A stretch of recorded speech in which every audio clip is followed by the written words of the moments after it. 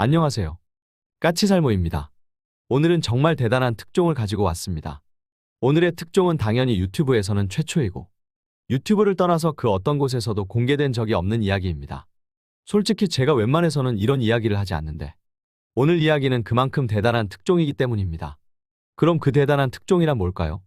그건 다름 아닌 장보고 3 블록3의 수직발사관에 관한 이야기입니다.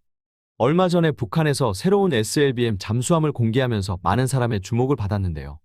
그럼 우리의 SLBM 잠수함은 어떻게 되어가고 있을까요? 현재 우리나라는 이미 3척의 장보고 3급을 진수했으며 이 장보고 3 배치 1 잠수함에는 북한의 SLBM 잠수함처럼 수직발사관이 들어가 있습니다. 그것도 6개나요. 그러나 문제는 우리의 장보고 3 배치 1에 들어가는 수직발사관의 크기는 그리 크지 않습니다. 나무의 키를 보니까 폭 1m급의 길이 10m를 예상하더라고요. 이건 어디까지나 밀리터리 마니아들의 추정치이고요. 제가 정확한 수치를 알려드리겠습니다.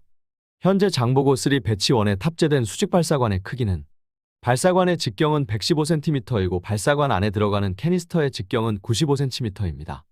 그리고 길이는 발사관의 길이가 9.2m이고 캐니스터의 길이가 8.4m입니다. 한마디로 나무의 키의 추정이 어느 정도 사실입니다. 이런 식으로 해서 장보고 3의 수직발사관은 발사관 안에 탑재되어 있는 캐니스터를 콜드런처 방식으로 사출을 하게 되고 캐니스터가 물 밖으로 올라가서 최종적으로 현무포-4를 발사하게 되는 구조로 되어 있습니다. 그러나 문제는 현재 장보고 3 배치 1에 탑재된 수직발사관은 불과 6개뿐이고 더욱더 수직발사관에 탑재된 탄도미사일도 지금 등장하는 현무포나 현무5 같은 대형 미사일이 아니라 고작 현무2 기반의 사거리 400km급 단거리 탄도미사일이라는 점입니다. 미사일의 명칭은 현무포이지만 알고 보면 현무2 기반의 미사일인 겁니다. 그래서 장보고 3 배치 2에서는 탑재하는 미사일의 수량을 늘리고 미사일의 크기도 키운다는 이야기가 나왔죠. 현재 알려져 있기로는 배치 1에 6발에서 10발로 수직발사관의 수량을 늘릴 거라고 합니다.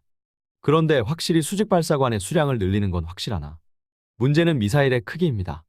그럼 미사일의 크기는 얼마나 키울 것인가가 관건이었고 제가 이 주제를 처음 알아보게 된 이유도 바로 장보고 3 배치 2에 탑재되는 미사일의 크기가 얼마나 확대될 것인가입니다.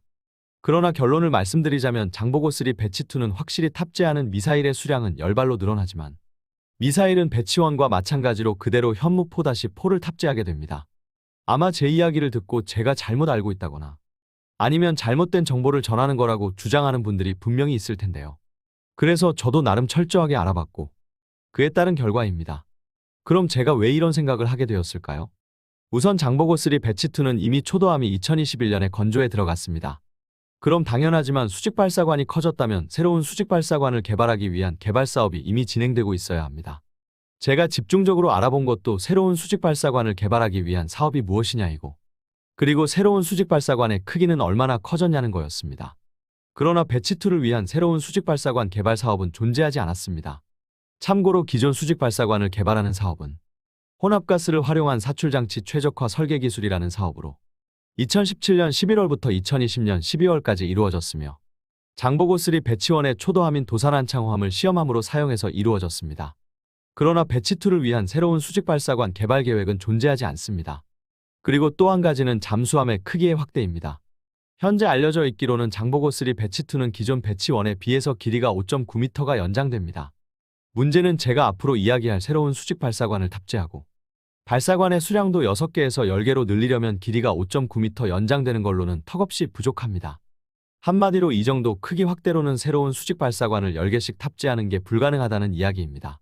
그래서 결론은 장보고 3 배치 2는 수직발사관의 수량을 6개에서 10개로 확대하지만 탑재되는 수직발사관의 크기는 배치 1과 마찬가지이고 탑재되는 미사일도 배치 1과 마찬가지로 현무포-4가 될 것입니다.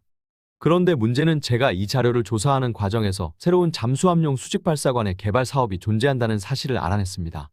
분명 제가 장보고 3 배치 2를 위한 수직발사관의 개발 사업은 없다고 이야기했는데 이건 무슨 말일까요? 배치 2를 위한 새로운 수직발사관 개발 사업은 없는데 새로운 수직발사관 개발 사업은 있다니요. 그건 바로 장보고 3 배치 3를 위한 사업입니다. 새로운 수직발사관 개발 사업은 고성능 대형 수직발사장치 연구라는 사업으로 사업기간은 2022년 7월부터 2027년 6월까지입니다.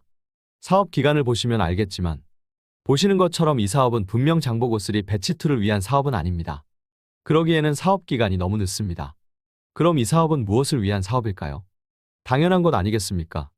당연히 이 사업은 장보고3 배치3를 위한 새로운 수직 발사관의 개발 사업입니다. 참고로 지금부터 하는 이야기는 여러분이 그 어디에서도 들어본 적이 없는 이야기일 겁니다. 이 새로운 수직 발사관의 직경은 195cm이고 캐니스터의 크기는 152cm라고 합니다. 길이는 모르겠으나 길이가 기존 발사관과 같다고 해도 발사관의 크기는 기존 발사관 대비 70%가 확대된 것이고 캐니스터는 기존보다 60%가 확대된 겁니다. 한마디로 기존 수직 발사관 대비 크기가 대폭 확대된 겁니다. 이 정도 발사관이면 현무5급 미사일은 힘들겠지만 현무4급 미사일은 수직 발사관에 탑재가 가능합니다. 한마디로 탄두 중량 2톤급의 괴물 관통 탄두를 가진 현무4급 탄도미사일을 우리의 잠수함에 탑재하는 게 가능하다는 이야기입니다. 그리고 이 대형 수직 발사관을 10개를 탑재하기 위해서는 지금의 장보고 3급보다 최소 10m 이상 최대 20m까지도 길이가 길어져야 할 것입니다. 그래서 길이가 5.9m가 길어지는 배치2에 이 새로운 수직 발사관을 10개를 탑재하는 건 불가능하다고 제가 이야기하는 것입니다. 분명 자료에는 이 발사관이 배치3에 탑재된다는 이야기는 나오지 않습니다. 그러나 개발 시기와 그리고 수직 발사관의 크기로 봐서는 배치2에 탑재하는 건 불가능하기에 배치3용이라고 제가 이야기하는 것입니다. 한마디로 우리 장보고3에 탑재되는 탄도미사일의 크기 확대는 배치3에서 이루어지게 될 것입니다.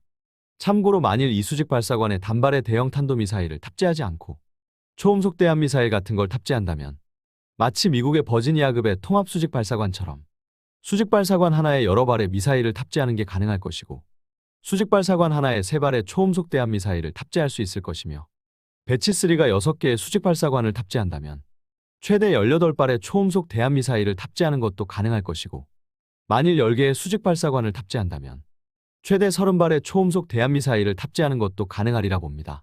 자, 어떠신가요? 여러분, 아마 오늘 듣는 이야기는 여러분 대부분이 처음 들어보는 이야기일 것입니다. 장보고3 배치3를 위한 새로운 대형 수직 발사관의 개발이라는 것 자체가 그 어디에서도 나온 적 없는 이야기고 그 누구도 거론한 적이 없는 이야기입니다. 그러나 우리 개발자들은 이미 배치3를 위한 새로운 초대형 수직 발사기의 개발에 들어가 있고 비록 비행미사일이지만 진정한 의미에서의 전략임무 수행이 가능한 미사일이 탑재될 것입니다. 그래서 배치3야말로 진정한 의미에서의 전략미사일 잠수함이라고 부를 수 있을 것입니다. 분명 지금 장보고3 배치1과 2에 탑재되는 현무4-4는 잠수함에 탄도미사일을 탑재한다는 의미에서 큰 가치가 있지만 김정은의 벙커 등 1급 목표에 대한 공격 능력도 없고 그리고 사거리도 불과 400km에 그치는 등 그 한계점도 많습니다. 핵을 가지지 못하는 우리나라에서 탄도미사일로 하여금 전략임무를 수행하기 위해서는 탄도미사일의 크기가 확대되어야 하는 건 자명한 사실이고 그런 의미에서 현재 우리의 주력 잠대지 탄도미사일인 현무4-4는 한계점이 너무 명확하죠. 그래서 대형 탄도미사일을 탑재할 수 있는 장보고3 배치3의 가치는 더욱더 커질 것이라고 생각을 합니다. 그래서 진정한 의미에서의 전략임무를 수행할 수 있는 전략잠수함은 이 장보고3 배치3부터라고 저는 생각을 합니다. 여러분은 장보고3 배치3의 가치를 어떻게 보시나요? 이상 영상 봐주셔서 감사합니다.